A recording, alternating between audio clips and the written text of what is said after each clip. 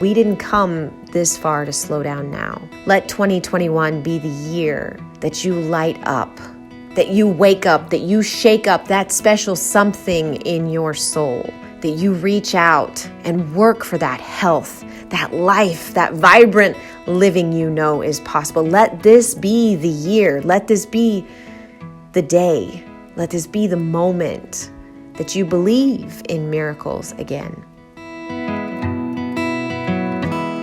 All right, so we're shifting gears. We're going to talk about the Friday night event that we did, the Light in the Dark. We were hosting a little gathering to get the Saturday party ready and to support and give thanks to Del Bigtree and the Highwire. And the idea that came to me was to do a State of the Revolution, and I kind of broke that up into parts. So I'm going to run through that. Megan Luber's friend of mine, ICU nurse, rockstar mama bear.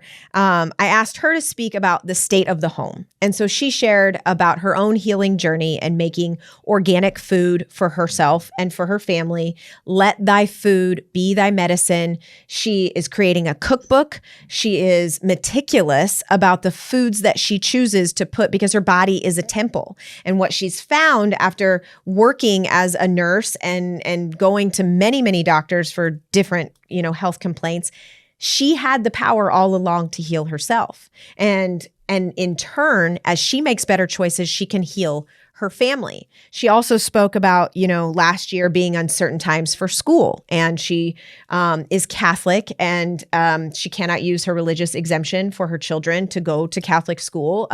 They choose not to do shots. And so she has kind of taken that on with the church of wanting to be able to be a parent with informed consent. But in the meantime, instead of complaining or instead of fighting necessarily, she took literally the bull by the horns herself and homeschooled with the Ron Paul curriculum. And so she talked about homeschooling and making choices at home. I think one of the quotes that I love is, if you want to change the world, start at home.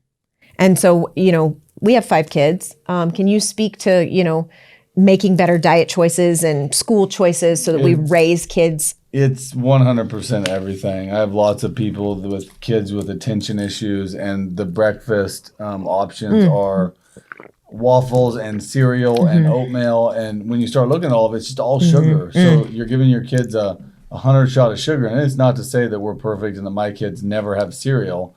But I can tell you on days when they do, they're a totally different human being. And that mom flips out and says, "We're never buying this stuff." We know, but we're still unlearning habits that we learned from our parents. And it's very important what you're putting in your body and what you're putting in your children's body. And I know with 5 kids, it gets easier the farther down the line it is to when they're hungry and want a bag of Cheetos or they want something. It's like you're like whatever's easiest. But convenience on a regular basis, making them sit down for meals and having structure and having a set way you do things and expectations. Who was it said that how do you get your kids to quit smoking at the dinner table? And it was like, well, I wouldn't let my kids smoke at the dinner table. Yeah. Oh, and it was my about gosh. getting your kids to eat vegetables. Like, well, how do you get your kids to eat vegetables? You don't bring the devil in the house. Yeah. Well, you expect it. You hold them to a standard. They don't get to leave the dinner table till they eat their vegetables, till they eat whatever food it is. Dr. Chestnut. He's amazing. But, we hear these theories, and Megan held everybody to the fire in that home of like, we can't be a culture of convenience anymore. Right? This has to be deliberate choice for our families, for our children, for their future. No one's making you eat a certain way or take your kids to school. We complain a lot and we do the convenient choice. Sometimes it's making the hard choice. And she talked about the importance of that. And I'm really grateful because she did a beautiful job of that. We also had Dr. Ron Honeyhackey from the Reardon Clinic, which is here in Wichita and also in Kansas City. And he is a joy. I mean, I did a podcast episode with him. He's just an adorable little human. And we kind of did a little interview style where he shared his own health journey and talked about how the medical model has been failing, right? Very symptom oriented, very outside in, and nobody ever really getting to the root cause, and shared about the Reardon Clinic's approach to cancer. and how they are committed to, there are options beyond, traditional chemotherapy and surgeries and radiation, that you have to look not only at the issue, the dis-ease, but as the whole person, right? And it's refreshing because we both have parents that went through cancer journeys. Can you imagine a medical model that saw the whole person? No, I can't imagine it. That's what we need to be striving for, because right now we have all these specialists and we look at a kidney and that's the only thing so we fragmented. See is a kidney. Or we look at a stomach issue and that's the only thing we see is the stomach, as opposed to looking at diet, emotional components, exercise. You start naming all the things, it's like, well, those are the places every doctor should be starting, not at the other end of like, okay, you have acid reflux, here's your Prozac. Right. It should be, what are you eating? How are you sleeping? The true cause of the problem. And that's what he did a really good job of talking about. Dr. Ron was the, trying to find the root cause, whatever that is. And he didn't blame the medical schools. He didn't blame anyone. He said a lot of this is doctors go in with very good intentions, but then they enter practice and the allopathic machine, so to speak, is so overwhelming. He's like, a lot of doctors are miserable. They're depressed. And then they get locked into this symptom-based model and they can't see a way out of it. And so, he just expressed, so I asked him to be the state of health, right? If Megan was the state of the home, he was the state of health and healthcare. And he's like, look, the ship is turning, but there's it's like turning the Titanic, right? Like it's not going to be an overnight fix, because hospitals, big group practices, there's a lot of money. There's a lot of entanglements in big pharma and insurance companies. There's a lot of broken pieces and fractures within the system that are going to take time to heal. So it was an inspiring talk, because the Reardon Clinic is walking their walk of being the change. So really grateful to partner with them and to have him there. He was a breath of fresh air. Next, I asked Dr. Connie Newcomb to come from KSHF, Kansans for Health Freedom, to talk about the state of the state. One thing that we all saw in 2020 and this year is like there's the federal approach, but like states to state, it's nuts. Like you look at Florida.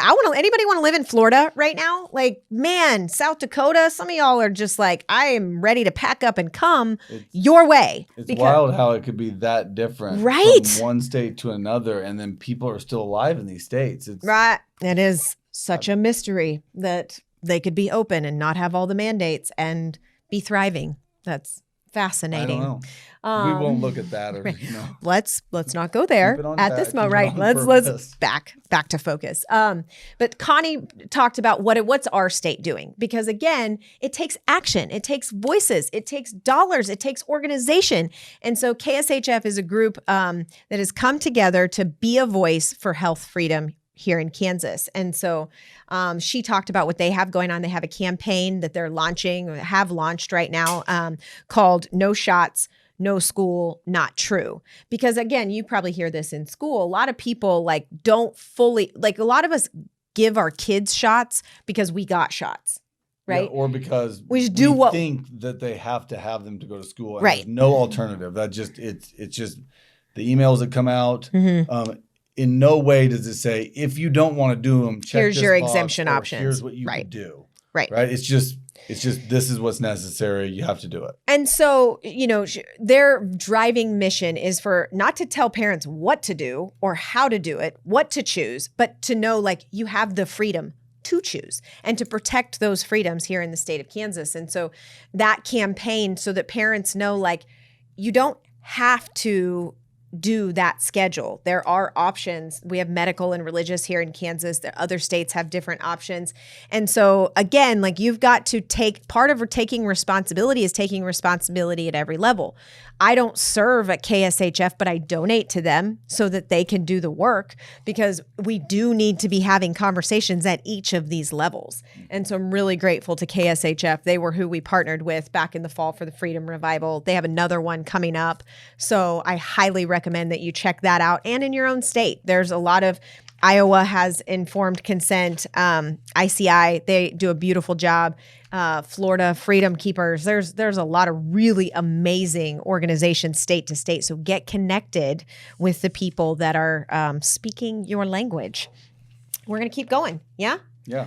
All right. So that was, Dell.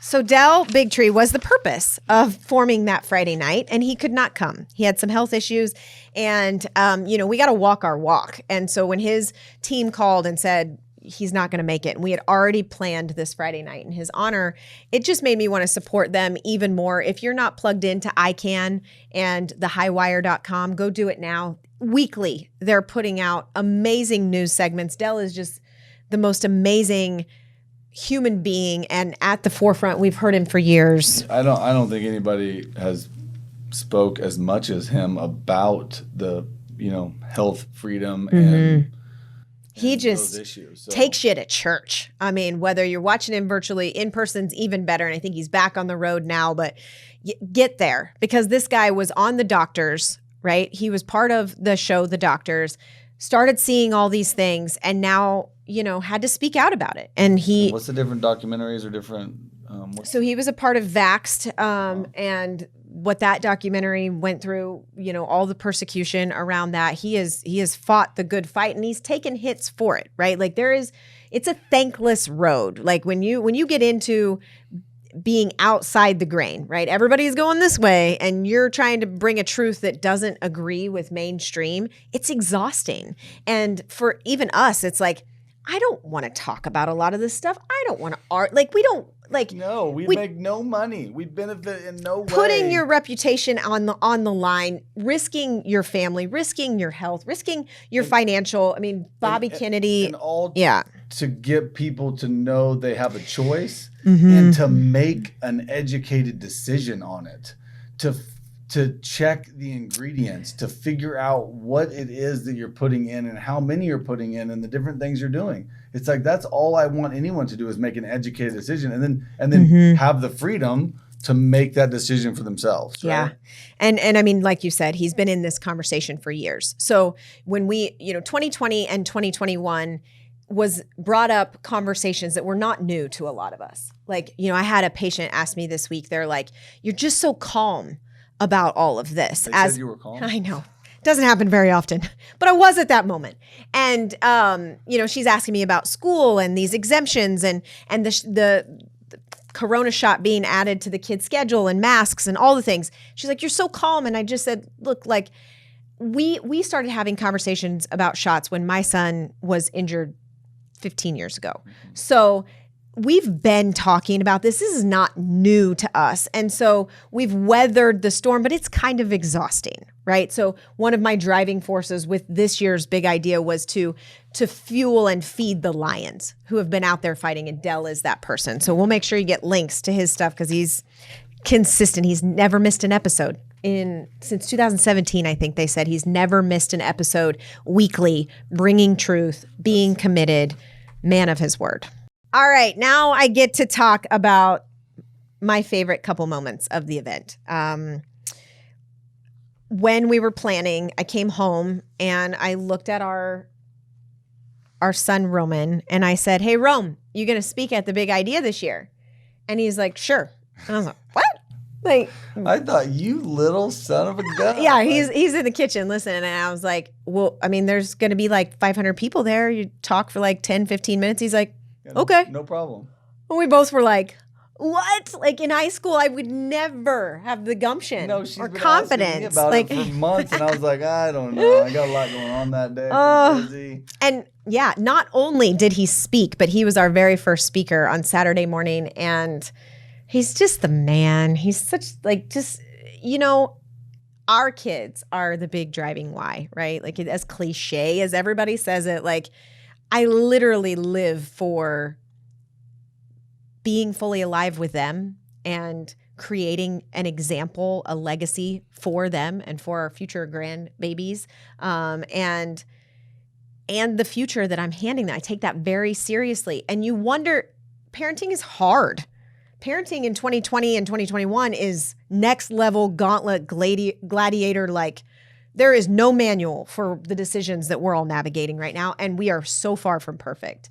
And you wonder, like, am I screwing them up? Like, what is going to happen? We're all screwing them up one way or the other. Fair. The way they'll so tell it when yes, they're we are right. 30-something. Right. Yes, they're going to have to unwind all of our imperfections. And then you have these moments, like him taking the stage and holding the microphone with confidence and poise and just being himself and speaking his truth. You know, he wrote up in the book, and we have everybody just write a little message to humanity. And he said, you know, to make a difference in your life and the lives of others, you don't have to be the perfect person you might think you need to be. All you have to do is stand up, speak up, and prove that you really care. And right, you're crying, aren't you? My God, he's teared up. Look at this, he's crying. He's totally crying. My big teddy bear. Because like it is like, oh. I was thinking about it last night. Is when you see a guy like that, you don't forget him. You don't forget his voice, you don't forget his message. And even though he was rambling on about 1,000 different things, you remember every single word.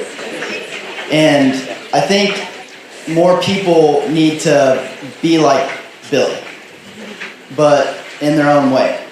I know some people are a little more timid or shy and aren't as outgoing like the introvert Billy he is. But I think it's really important for everybody to have their own voice, whether it's a podcast or it's an Instagram post or it's just talking to your neighbor. Whether 5 people or 1 million people see it, it's out there. And that everybody has their own message, everybody has their own things to say, but sometimes they're just like, oh, nobody wants to hear me talk, or nobody would listen. It's like there's always somebody out there that wants to hear your story. There's millions of people just waiting for somebody to say the words that they're wanting to hear. And I think it's important whether you're my age or you're, I don't know, grandpa's age, you know?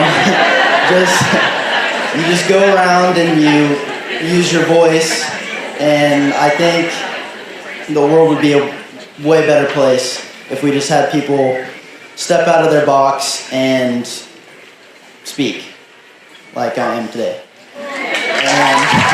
All of it, big flashy lights and music and hugs and production, moment. You'll never know how you're going to do if you don't step to the plate. That's it. And you can swing and miss, or you can swing and knock it out of the park. And if you swing and miss, then you got to get back up and dust your boots off and do it again. But he did great. So He great. did fantastic. Yeah. Very, very proud of Roman Vrana. In his first... I'm going to have him speak for me next year. In his first of many appearances. That's a name you're going to want to write down. Destined for greatness, Roman Vrana. Now, next, we had Dr. Joe. So I'll take my favorite moment. I'm going to say he was my favorite, but I mean, I can be number 2. Number 2. You know? You're taking the silver medal in this one. But well, you have the silver microphone. So, just thought I'd point that out. Oh, my God. My best buddy, Dr. Joe, took the stage right after our son. So our 10-year-olds led the national anthem, or the, help me. We sang the national anthem and then the Pledge of Allegiance. Our boys did the Pledge of Allegiance. Then Roman took the stage, and then Joe. So those couple of moments, the rest of the day was bonus for me, because seeing my men, right? Like seeing this guy that is not only like really charming and good looking, and she's talking about Roman. No, I'm talking about you. To see you, but to be the man of our house and lead our boys. Like as a woman, it feels really good to feel that protection, and for you to step up with conviction. Again, we talk about Ben Tapper and Stan Home and Tim Young and all of these guys that we look up to, and you are that foundation for our home, and you did an amazing job. Before we did this, we were going to all these other meetings, and there was no action. We were just all sitting around hyping each other up about what we could do. And finally they said there's this meeting that you can have as many speakers as you want, and they have to listen to every speaker for 3 to 5 minutes. So I told my girls on a Tuesday we were taking off work, and we only work a few days a week anyway, so we got to go down to Sedgwick County. I'm going to pick a fight. And so I took American flags down there at 7:30 in the morning on a Tuesday. I had generators, guns. I didn't know what we were going to do, but 100 people showed up. We kept them busy for 9 hours.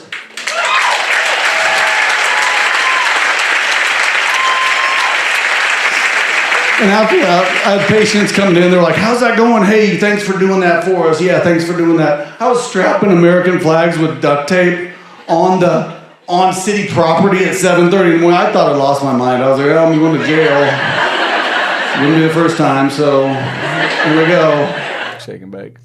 Bam. My guy, my homie. I could brag on you all day. I would like you to share a few things because you had looked up some different statistics. Can you rattle a few of those off about the flu of 1918 and the mayor and the flu of 1918, the mayor? I didn't get to that part. Just he noticed that the newspapers were printing the fear, and that the pandemic of its time was taking off. And it was getting worse because of the fear the newspapers were printing. So he told the newspapers to stop printing the fear. What a concept. Yeah. Hold on. Stop printing The fear, mayor. because he knew through auto-suggestion that people would get sick just from talking about getting sick. Hold on. You can get sick from relentlessly printing fear-mongering propaganda. I know.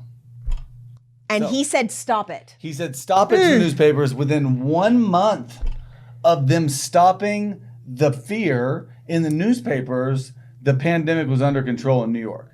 So that was crazy. I went into trust the science. Like, the science is bought and paid for. The people that are selling the products are paying for the science to be produced. Yeah. So, like, trust the science. Sorry, I have a hard time, just going with that when we're making up different stand 6 feet apart and this bandana works and this like the different things. It's like, it's all so crazy to me that we're not critically thinking and making decisions on some of this. Yeah, the game we could get down a rabbit hole moving here, the goalpost. Right? Yeah, I don't even think anybody knows what game we're playing anymore, right? Or that we have forgotten that a couple years ago, right? And I think I don't think that's by accident, right? Like our attention spans, I don't know if you guys know this, are pretty small. Humanity, like we can't hold our attention, and so the goalpost keeps changing, and it gets really confusing. And if we just bring it all back, look, like bacteria, viruses, they're going to be around forever, and they're going to mutate, and they're going to change, right? And they're going to adapt, and they're going to there's always going to be these things. And so you did a really great job of just reminding people to think for yourself and study science and trust it if it's honest. But being forced to think a certain way, I think you did a really beautiful job of just sharing, look, there's direct correlation of why certain companies are pushing the science that they are. And I'm just really proud of you. Hey. Yeah. I'd like to say I'll do it anytime, but he will, because we're a team. All right, on to my third. I mean, I don't know. I keep saying favorites. I had a lot of favorite moments. This one was extra special. Rachel Hobber is a hero of mine. She's been on podcast as well, so I'll link that so you can get more of Rachel's story. There was not a dry eye in the room. She's got quite a story. And the place from her heart that she shares. She's a mom. And she has a very it's a very real story. It's like trust the science and trust the moms. Trust the moms that have seen things that do happen. I finally realized that if you want to be in the driver's seat of your own life, or else your life's going to drive you. And that had been my life up to that point until I took back control and I trusted my own intuition, and everything started changing from there on out. And this is Baker now.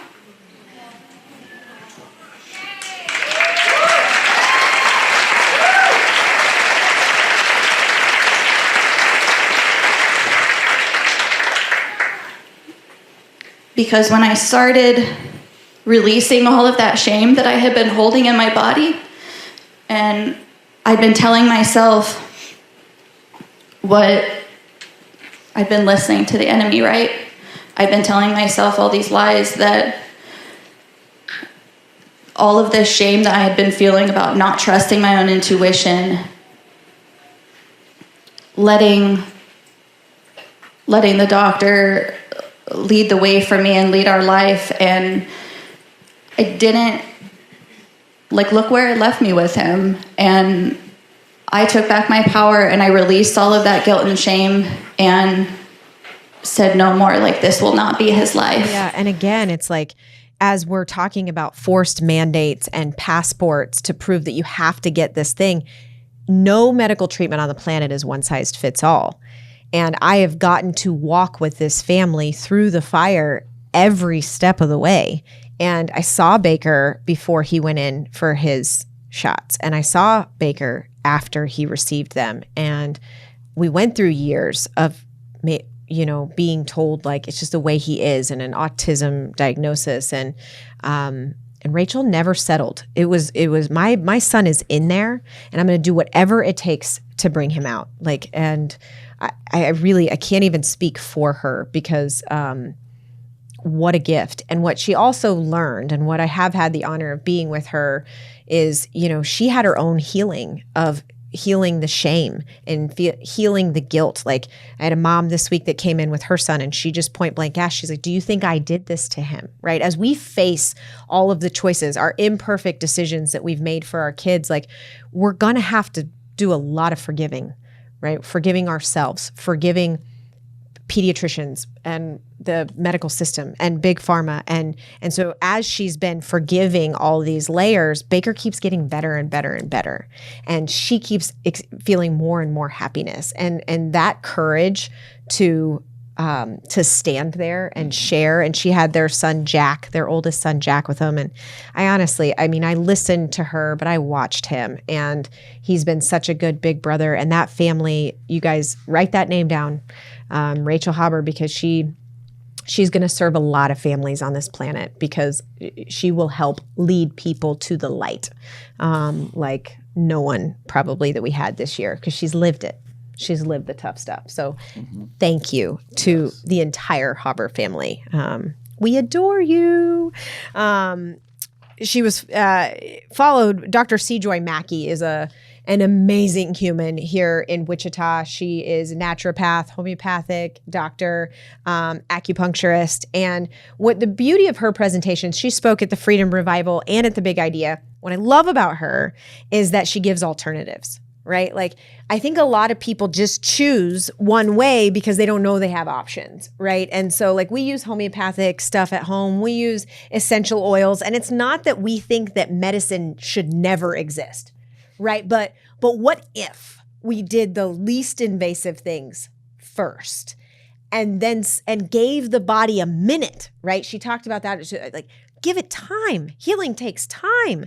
We can't, that instant gratification, convenience society has got to shift our mentality, all of us, to allowing the body rest. And so she talked about different homeopathics that family can use if you do decide to choose not to do shots, or you don't want to do as much mainstream medicine. So it's now a society that there's a Walgreens on every corner. There's a Medi-Clinic. You can go online and show them your kid, and they can prescribe you something.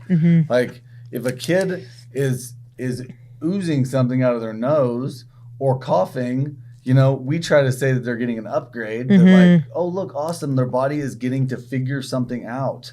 Let's see how it does, because they're still running through the house like a wild Indian. Yeah. I get it when my kids laying there lethargic, not eating, not drinking, we take them in.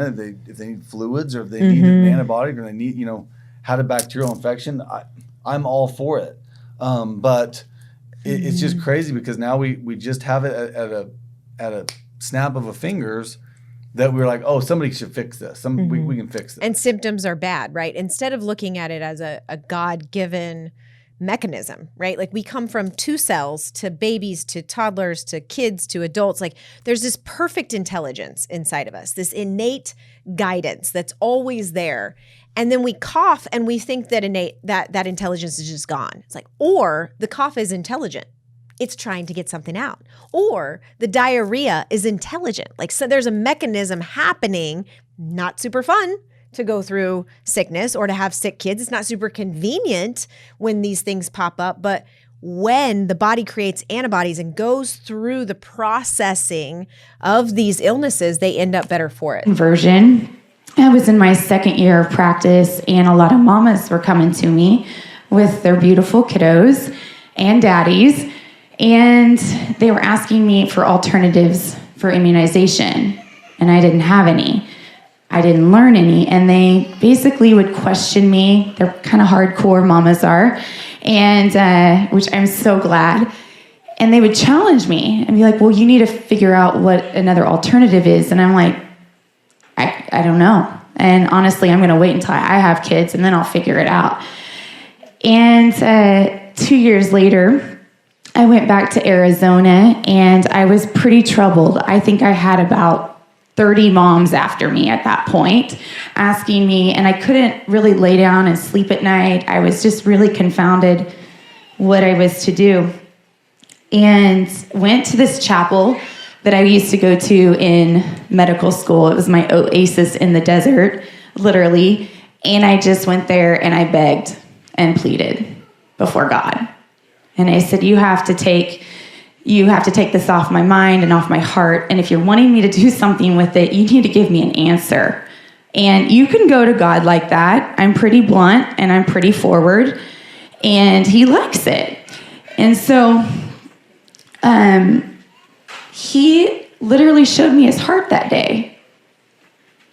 And his heart was bleeding with tears for all the children. And all I said was, yes, whatever you want, yes. And in prayer that day, I was completely with peace. I walked out of the chapel. My mom said, what happened in there? And I was like, I don't know, but I got my mission and I don't know what to do with it. So I walk out, and he told me not to worry, that it would come. And 2 months later, HP landed in my lap. And I remember learning a little bit about homeopathy in school, but I didn't, we couldn't get certified because it was a political issue if you got homeoprophylaxis certified while you were in school. And so all of it started coming together. So 2 months later, my now husband walks into my office to shadow me, and we didn't know each other from Adam. And he pretty much put that next spark that he was like, you need to take some action in this. You need to go get certified. So it took me 9 months, went and got certified.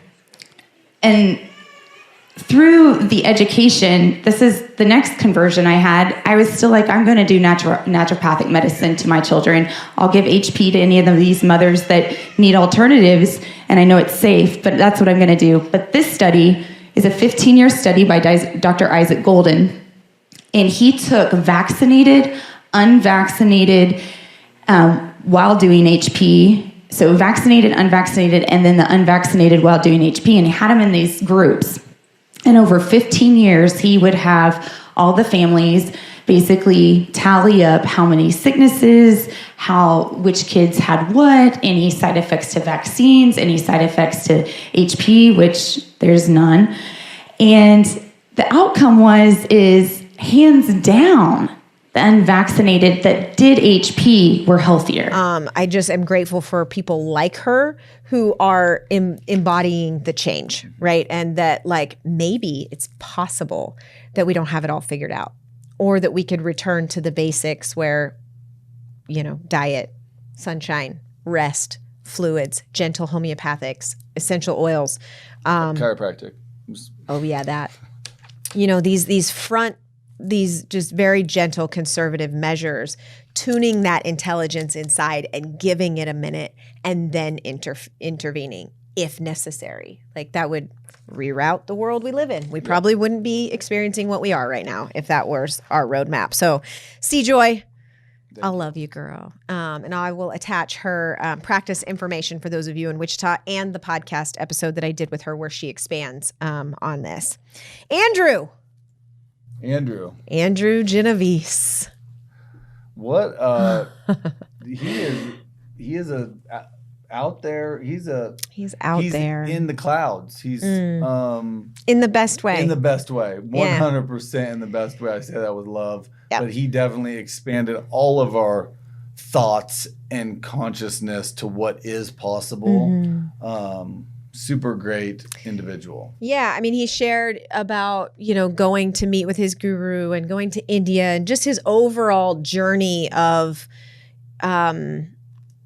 meditation and inward healing and plant medicine. And so he was, again, one of those people that probably took a lot of people in the room to the edge of their comfort zone or what they currently know. And he just stretched it a little bit or a lot for some people. And he said that. He's like, if I'm triggering you, I just invite you to sit with why. And that's what I love about people and teachers and leaders like that go, I'm not asking you to take my truth. This is my truth, but I'm going to share it with you. And if it bumps into your truth, you might want to understand and feel that. Like, what is that? And the other thing that I loved that he did, he had everybody put their hand on their heart and put their hand on their belly and just breathe. Why is it here? Why did it show up in 2020? So on the deepest levels, the virus came here in 2020 to wake us up. This was a divine message from Source that we cannot continue on the destructive path that we're on, or there would not be a single human on this planet in 50 years. I guarantee you that. The systems that we have in place do not work, and they are not sustainable for the planet.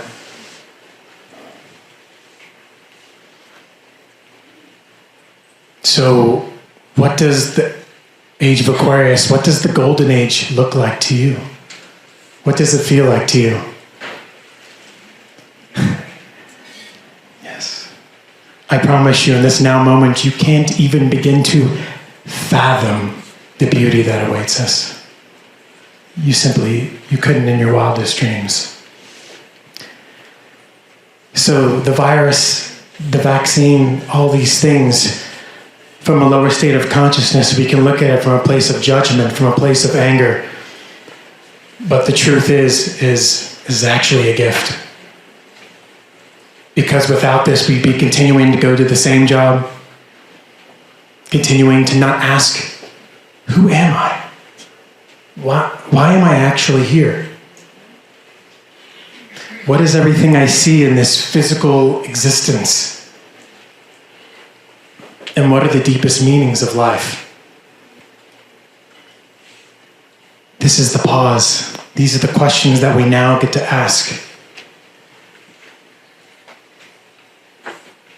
We now get to look at our soul tribe, all the beautiful beings here that are seeing through what is happening.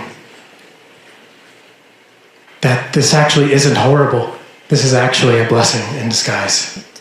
And like, if you do that, if you do what we just did and you feel what happens inside your physical body and what happens with your mind and how much more clear. And so his gift of breath, and he did a breath work also. If you ever have an opportunity, join him. Yeah, he was wonderful and different is good. Right. Really honored to have him. Let's see, who do we got? Powerhouse Panel. So Melissa Wilbert was a big help this year with the big idea, and she has helped with the event Paleo FX. So she has a wide variety of experiences that helped her make the big idea what it was this year.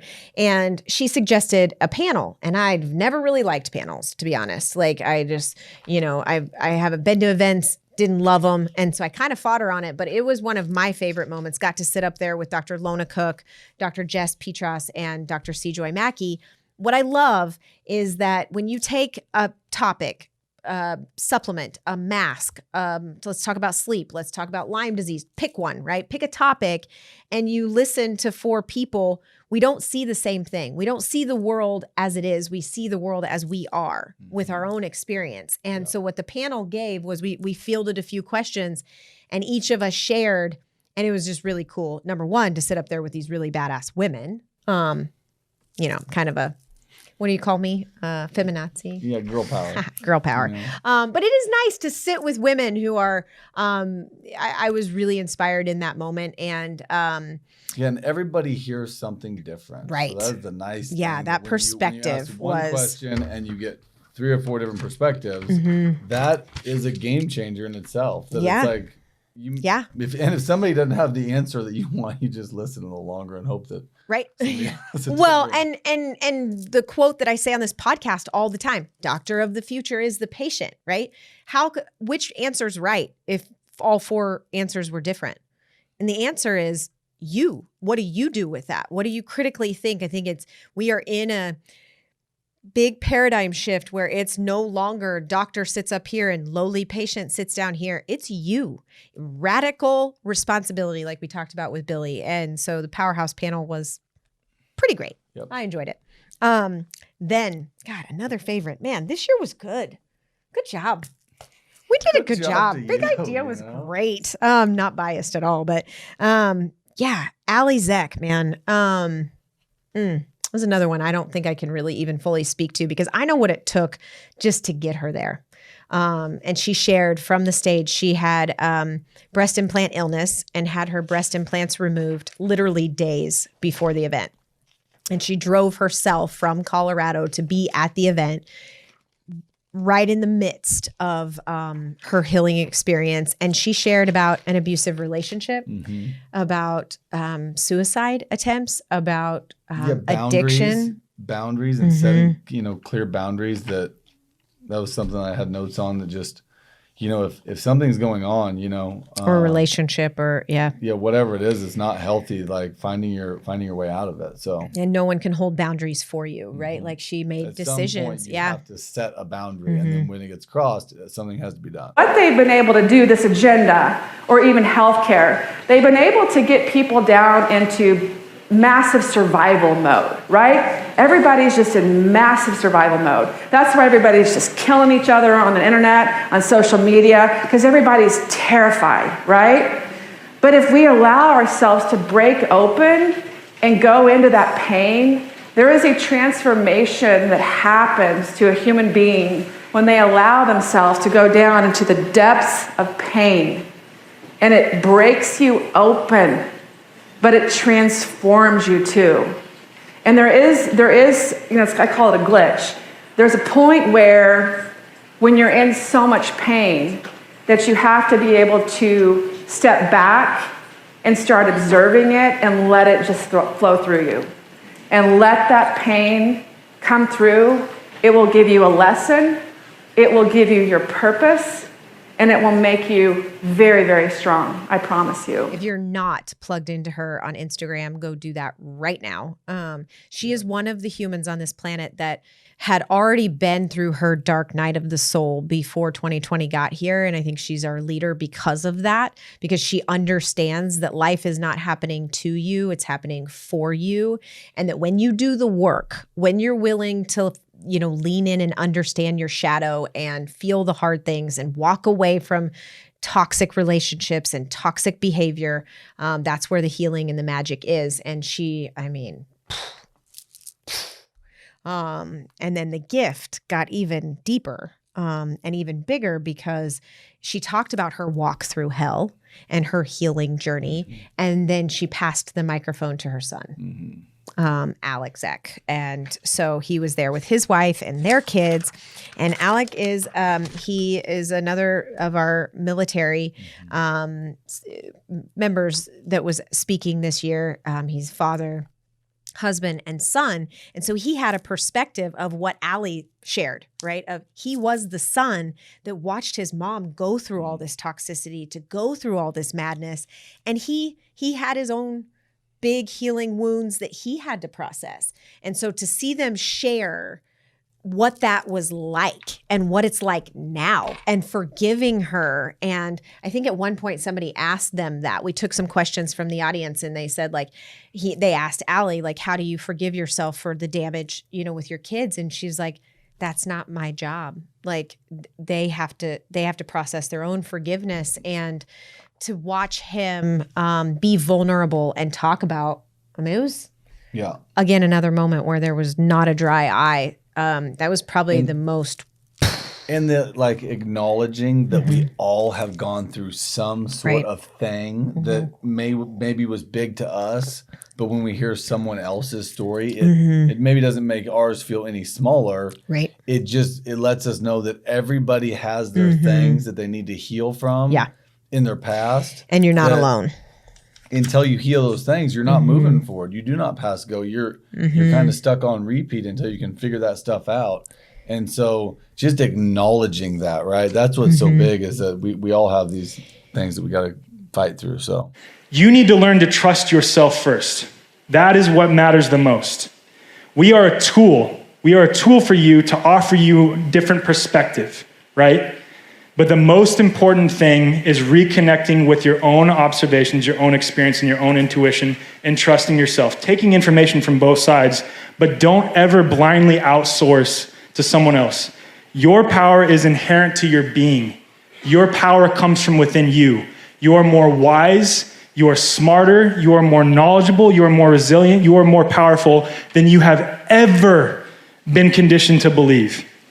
And thank you. And I think that my family is a walking testimony of that. And I don't like to toot my own horn here, but we have been through the fucking ringer, man. And once we understood that we were not all those stories that someone else told us that we were, that I was not a piece of shit like my dad made me to believe, that I am a good person, I am powerful, and I started living and feeling that within myself and operating from a position of love and compassion, and also holding space for the other people who are in those perpetual shame cycles and helping them to love themselves too. That is what matters, and that is how we affect positive change. And they're another massive action duo. So they started Health Freedom for Humanity. They're hosting a symposium in October of 21 that you got to go to in Kansas City. You have this transitional moment that happens from mother to son, right? So Allie shares from the most sacred spaces of her heart and then passes the microphone to her son, Alec, who got to share his story from the viewpoint of son and then husband, because his wife also went through a tremendous healing experience. And they had their 2 kids there. He talked about service in the military and what it's like to grow up in a house that is filled with toxicity and abuse and trauma. And then to watch his mother's crazy, amazing transformation, and then his wife in turn heal and see what is possible when you feel into the tough spaces. So to get to watch Allie present and then Alec share, again, it's just one of those moments. There's not a dry eye in the room. It's just acknowledging that we all have things, right? It just his vulnerability let us all acknowledge we all have things that we need to heal. And so big and small, and sometimes you have something really big that you went through, that when you hear someone's story you're like, oh, my thing wasn't as big. It doesn't take away from it. It just maybe is sheds light that there's a lot of people that went through way worse hardships and moved forward and moved on, and it gives you the power to move forward and move on. Yeah, if they can do it, I can do it. And they both, their presence on Instagram, if you're not, you got to go follow along with them because it's just amazing. And we invite them because of their massive action. So it's not just about them. They've now taken what they've been through and turned it into the momentum for Health Freedom for Humanity. They're hosting a symposium in October. Alec has a a podcast that's It's in Kansas City, so it's it close. yes, yeah, Kansas City, October 2021. I'll make sure the link is on there. I'm going. Gonna be a part of that one. They've got a great MC this year. Yeah, I It's get to. Dr. Devin. I'm grateful to get to be at that because these conversations matter and they exemplify the generational impact of healing, right? Like when mom heals, son heals. When son heals, all the generations that come after heal, right? So they demonstrated that. And I thanked Alec later and I just said, there's been a lot over the last year about toxic masculinity, right? And I feel like men have been attacked. And I've got 4 sons and I'm married to a manly man. And I love that. And to see these men at this year's event, and I think, the Zek duo really exemplified it, but, to be a man and be vulnerable, to share like those spaces and say like, I got work to do. And to be a good husband, good father, protector, but also still just the little boy that had a lot of processing to do. And so I think that it gives me hope for our sons and the way that we bring up boys into this world. So I'm grateful to know that family. Yes. And they're just super inspirational. Speaking of super inspirational, I'm going to fangirl again for a minute. You fangirl a lot. Man, God, like Dr. Jess, you guys, if you watched my podcast episode, I think my head was down for the whole episode that I interviewed her because I was taking so many notes. She is wickedly cool. And she's so smart. And she says, her story. The wildest things I've ever heard an MD say, right? Mm-hmm. About the physician burnout and just writing scripts. What was going on in the hospital? She called it out. It's crazy. She laid some if stuff. You guys want, bam. There's going to be video footage of the big idea. You got to get it. You got it. I had to keep picking my job off the floor. The whole room. Like, oh my God. I was standing at the side and she's just like, and every time you thought like, you'd heard her say it. It was like the brutal boom, honesty like that she another puts down is just mic drop moment from Dr. Jess. So I started to see, what's this functional medicine thing? What's this getting to the root cause stuff? What is this? And then I started playing around on social media, and these people would make these outrageous claims like fluoride was a neurotoxin. And then I would be like, I know science. I can go research this. Oh shit, they're right. So that's when that started. And at the time, I was working for the evil empire known as Kaiser Permanente. So I started to be a disruptive physician.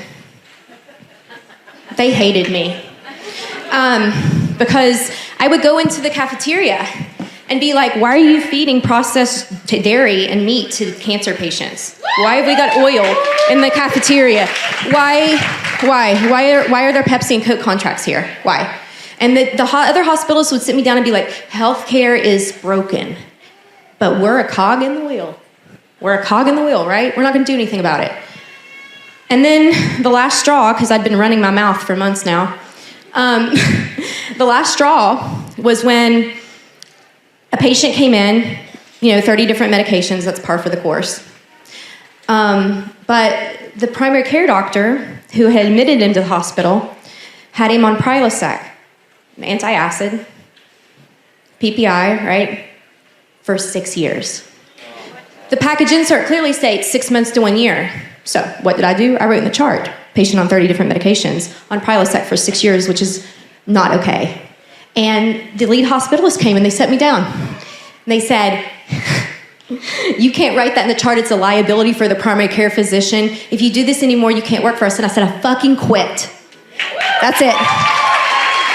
It's refreshing, right? Like one of the important thing, the very first conversation that I shared with her when I invited her to speak, she was like, here's what I'm coming with. I'm coming as an MD with a wildly, crazy history and how I transitioned from practice as it was to what she's doing now, a holistic approach, especially around toxicity and detoxing and all these things. And she said, but it's important to know about me that I want to be a bridge. I don't want to burn bridges. I want to build them. And I don't want to leave doctors or medicine. I don't want to build resentment. There's plenty of resentment already and mistrust happening in healthcare. She's like, I want to build trust, not tear it down. I want to bring these doctors forward with us. I want them to know there's a different way to practice, that there's a different way to serve, that their education and their experience is important, but they got to stop telling the lies. We got to cut the shit. Like, we've got to like tell the truth. And so, I mean, power. Yeah. Powerhouse. Dr. Jess, MD, she's got a really great offering out in social, but then she has a membership and just go follow her. She's amazing. And then on social, speaking, if you are not currently following along with Dr. Bradley Campbell, you got to. I mean, he's just like, it's a daily thing that I'm pulling up, like, look at what he posted. Look at this video. Look at this meme. He's meme king. And then he puts verbiage on them, which it's ridiculous. Makes it so hilarious. So hilarious.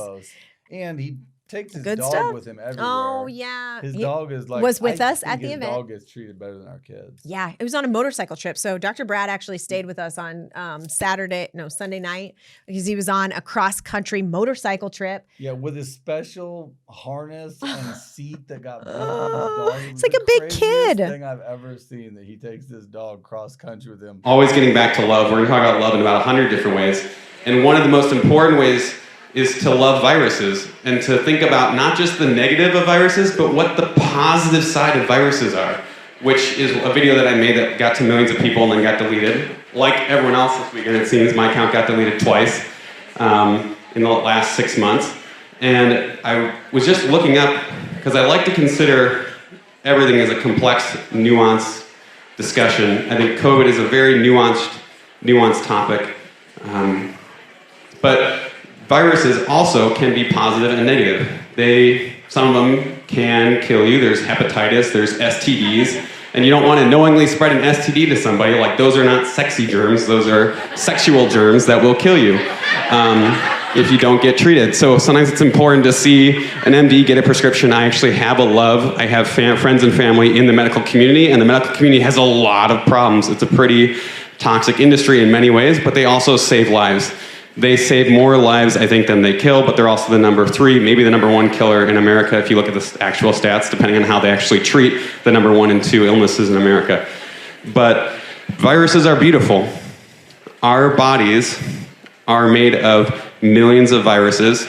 There are a quadrillion viruses in every square meter of air, which means if you spread your arms out wide, there are more viruses in that space than there are stars in the entire galaxy. Just think about that. If you were to close your eyes and just visualize the entire galaxy within your arm's reach, that's how many viruses there are. 52% of your entire DNA has been modified by viruses.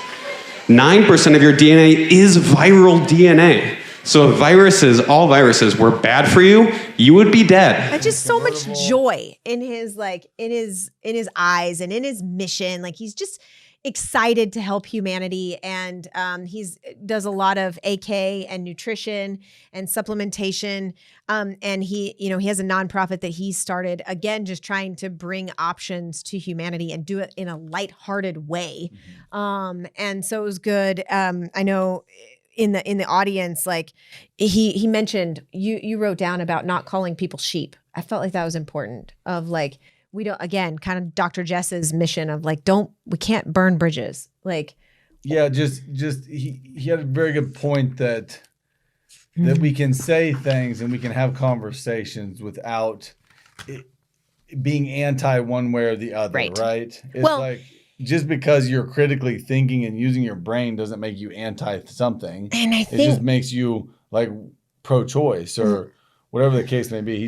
Kindness on both sides of the coin. Kindness on both sides of the coin. Because we were all at one point. I was a sheep. I didn't know these things. I've had my own waking up and healing process, and I still am. It's not like I've arrived at some pinnacle point of the mountain. And he did a good job of that, of like, look, we're all student and teacher, and we've got to stay curious, and it needs to stay fun. And I also love, like, he does this thing where so it was on the podcast. If you put your arms out like this and you go all the way around your head like that, there are more viruses in that circumference than there are stars in the sky. Yes. Sit with that. Like you are viruses and you're covered. They're everywhere. Yeah. You can't get away from them. And it's that kind of like simple, tactical, practical stuff that I love because kids can understand that, right? Like all of us can grasp that and go, we're never going to kill all the viruses. So maybe we should learn to coexist with them and keep our host healthy. So Dr. Brad was great. It's amazing, too, that some doctors can be in the hospital around all these sick people. And Mother Teresa, how many people, that was even before mass vaccination started. Yeah. So she was around all these sick people, but somehow through love and joy and faith. And real herd immunity. So there's other ways to do things, but it is crazy that when you're taking care of yourself, you can be around sick people and it doesn't mean you're going to get sick. That's not what it means. Yeah. Well, and it was just to have that plethora, right? Like, I mean, we've hit a lot of topics just in this review. I hope this gives you a taste and it nudges you to some people, because the name of the podcast, right? If they knew what we knew, they would do what we do. And I just invite people to the podcast, to the big idea, because I want to hear their story. I want to hear your story. I want to hear how you got there so that we can help other people get there so that we can all go together. And the big idea was, it was a good success this year. I'm proud. I'm grateful of our team, our rock star, amazing team, our staff that comes together for this madness and gives their whole heart to it, for our family, for our kids. I mean, it takes time and effort to throw these parties and these events. And I'm excited for next year. That's the first time he said that. Mm-hmm. So we must have done something right, because I've said that before. It's so much work. You get to the end of it. There's a reason that this review video is coming out a month after the event, because we had to catch our breath. I mean, I got sick because I didn't sleep well, and I push, but you can't do that, right? And so I needed a few weeks to really sit with what was the big idea. And I have the last few years decided to MC, and I love that because I get to kind of tie the thread between the speakers and get the audience up. So if you haven't been to a big idea, what I can tell you is that it is an absolute labor of love, and we're going to continue to raise the bar because our team is the best team on the planet. And we do it with radical love to help shine light, to be what we're for and not what we're against. I don't want to get lost in talking about all the crap. I want to talk about what could be. I want to focus on the future. I want to help people shine their lights. I want them to know there is hope. There is always hope, no matter what. And so there is one speaker that we haven't got to. And that is this lovely lady right here, Dr. Devin. How'd I do? She was up there all day, like, talk about Billy being a spark plug. You give Billy a run for his money in every way, shape, and form. And I'll take that compliment.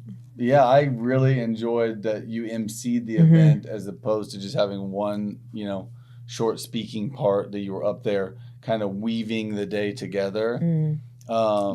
And your community on Facebook and Instagram and your different communities that Dr. Devin's putting out, like a Shine community, that is going to just help people move forward from the big idea, right? And have kind of a little bit of juice all the time, right? A light. Yeah. One of our friends jokes that I'm like a shot of espresso for his soul. So when he's feeling like he needs a cup of coffee, he calls me because she's a shot of espresso for my soul. Shot of. We're going to keep this PG, friends. But I do think that's my gift, right? God gave me a big heart and a big mouth. And I use those for good every chance I get. And I really just genuinely want people to be happy and healthy and to live life instead of fear death. And 2020 taught me that, and really, showed me that we've got to focus on where we're headed, not where we've been. And our family is on a mission. And I am, relentlessly committed to chasing the light and the sunshine and the rainbows and all the colors. I want to feel all of life, and I'm grateful to a husband that supports. It is all possible, you know. It is. It's like anything you put your mind to is completely possible. It is. And if people got that, right? If you knew, whoever you are, wherever this finds you, if you knew, if you really knew, if you remembered and trusted that power within you, if you remembered how powerful you were and you decided and declared, today's the day that I want to live in that power, life gets good. Life gets really good. So as always, I'm honored with time that you sat with Dr. Joe and I as we reminisced on Big Idea 2021. We're going to make sure you got links so you can mark your calendar for 2022 to come join us in the Heartland. We want you coming from the north and the south and the east and the west and all you Wichita people right here at home. We're going to raise the bar again next year. It's going to be bigger. It's going to be better. It's going to be brighter. And this year we'll make that hard to top. So thank you for your time in this episode. And if we can support you in any way, if you need your power turned on, come to Vrana Chiropractic in Goddard, Kansas. Come to the Lighthouse in Wichita, Kansas. Call us, text us, email us. If you need something, we're your servants. We got your back. We can do to help you and your families. And we love you. Mwah! We'll see you soon.